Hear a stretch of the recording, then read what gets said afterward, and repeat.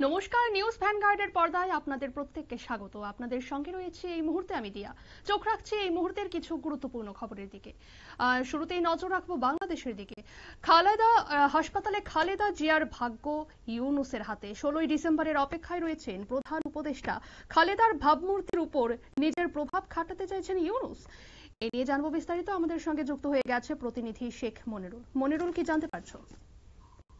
দেখো, গতকালও খালেদা জিয়াকে হাসপাতালে দেখতে ওই ঢাকার হাসপাতালে পৌঁছে গিয়েছিলেন মোহাম্মদ ইউনূস। কিন্তু খালেদা জিয়ার শারীরিক অবস্থা নিয়ে সরকারের তরফ থেকে কিন্তু লিখিত কোনো আপডেট সেটা কিন্তু দেওয়া হচ্ছে না। চিকিৎসকরা বলছেন যে খালেদা জিয়া চিকিৎসায় সাড়া দিচ্ছেন, খালেদা জিয়ার পরিস্থিতি স্বাভাবিক। কিন্তু অন্যদিকে তারেক রহমান, মার্জনা করবেন তারেক রহমান, তিনি বলছেন তার মাকে চিকিৎসার জন্য লন্ডন বা অন্য কোনো দেশে নিয়ে যেতে চান তিনি।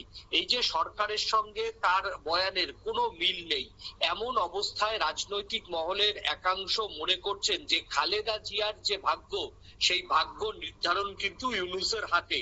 16ই ডিসেম্বরের অপেক্ষায় রয়েছেন প্রধান উপদেষ্টা। এই ক্ষেত্রে কেন কানাঘুষো শোনা যাচ্ছে যে বাংলাদেশের যে বিজয় দিবস, সেই বিজয় দিবস কিন্তু 16ই ডিসেম্বর। তাই 16ই ডিসেম্বর খালেদা জিয়াকে নিয়ে কি নতুন কিছু ঘোষণা করতে পারেন ইউনূস? এই প্রশ্নটা কিন্তু বিএনপি নেতা কর্মীদের মধ্যে উঠছে। তার কারণ হচ্ছে খালেদা জিয়া বর্তমানে শারীরিক অবস্থার অবনতি হয়ে তিনি হাসপাতালে ভর্তি রয়েছেন এবং তার চিকিৎসার সমস্ত দায়ভার গ্রহণ করেছে বাংলাদেশের তত্ত্বাবধায়ক সরকার।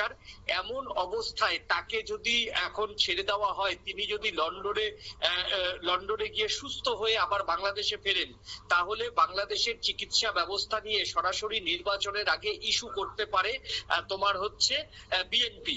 অন্যদিকে এই ইস্যুটাকে কোনো মুহূর্তেই যাতে বিএনপি কাজে লাগাতে না পারে, তার জন্য খালেদা জিয়ার যাতে ঢাকাতেই তিনি চিকিৎসা করাতে পারেন, তার জন্যই কিন্তু এখনো পর্যন্ত মুখে কিছু না বললেও খালেদা জিয়াকে কিন্তু লন্ডনে কিন্তু শেষ পর্যন্ত ছাড়েননি, লন্ডনে কিন্তু যেতে দেয়নি ইউনূস। অন্যদিকে আরেকটা মনে করা হচ্ছে যে হাসপাতালে যখন খালেদা জিয়া রয়েছে, তার ভাগ্য ইউনূসের হাতে, এইটা একটা অন্য বিষয়। তার কারণ হচ্ছে, দেখো, 16ই ডিসেম্বর বাংলাদেশের বিজয় দিবস, সেদিন বাংলাদেশের বিজয় দিবস বড় করে হাসিনার আমলে পালন করা হতো। 16ই ডিসেম্বর যদি কোনো দুর্ঘটনা ঘটে আগের দিন বা 16ই ডিসেম্বর, তাহলে সেই ক্ষেত্রে এই যে বাংলাদেশের যে বিজয় দিবস, সেটা ইউনূস সরকারকে করতে হবে না। তার জন্যই কি ইউনূস সরকার সুকৌশলে কোনো পরিকল্পনা নিয়েছেন, এমন প্রশ্নও কিন্তু উঠতে শুরু করেছে।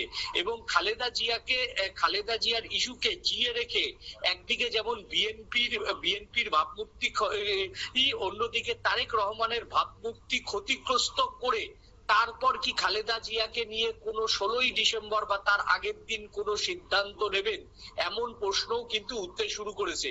তবে খালেদা জিয়া তিনি সুস্থ রয়েছেন, সেরকম কোনো ভিডিও এখনো পর্যন্ত হাসপাতাল বা সরকারের তরফ থেকে কিন্তু দেওয়া হয়নি। তাই খালেদা জিয়া কি অবস্থায় রয়েছে সেটা নিয়ে কিন্তু উৎকণ্ঠা সাধারণ মানুষের বাড়ছে এবং সেই সঙ্গে কৌতূহল বাড়ছে।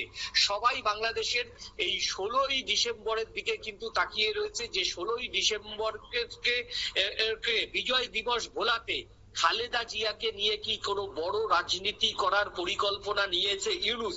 এই প্রশ্নই কিন্তু বাংলাদেশের এখন আকাশে বাতাসে ঘুরছে। যদিও এই প্রশ্নের কোনো কিন্তু এখনো পর্যন্ত উত্তর নেই, তার জন্য 16ই ডিসেম্বর পর্যন্ত বাংলাদেশবাসীকে ওয়েট করতে হবে। ধন্যবাদ মনিরুল। আপনারা শুনলেন সবটা। নজর থাকবে আমাদের 16ই ডিসেম্বরের দিকে।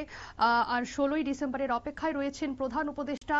খালেদার ভাবমূর্তির উপর নিজের প্রভাব খাটাতে চাইছেন ইউনূস, এই নিয়ে কিন্তু প্রশ্ন উঠতে শুরু করেছে। নিয়ে নিচ্ছে ছোট্ট একটি বিজ্ঞাপন বিরতি, সঙ্গে থাকুন।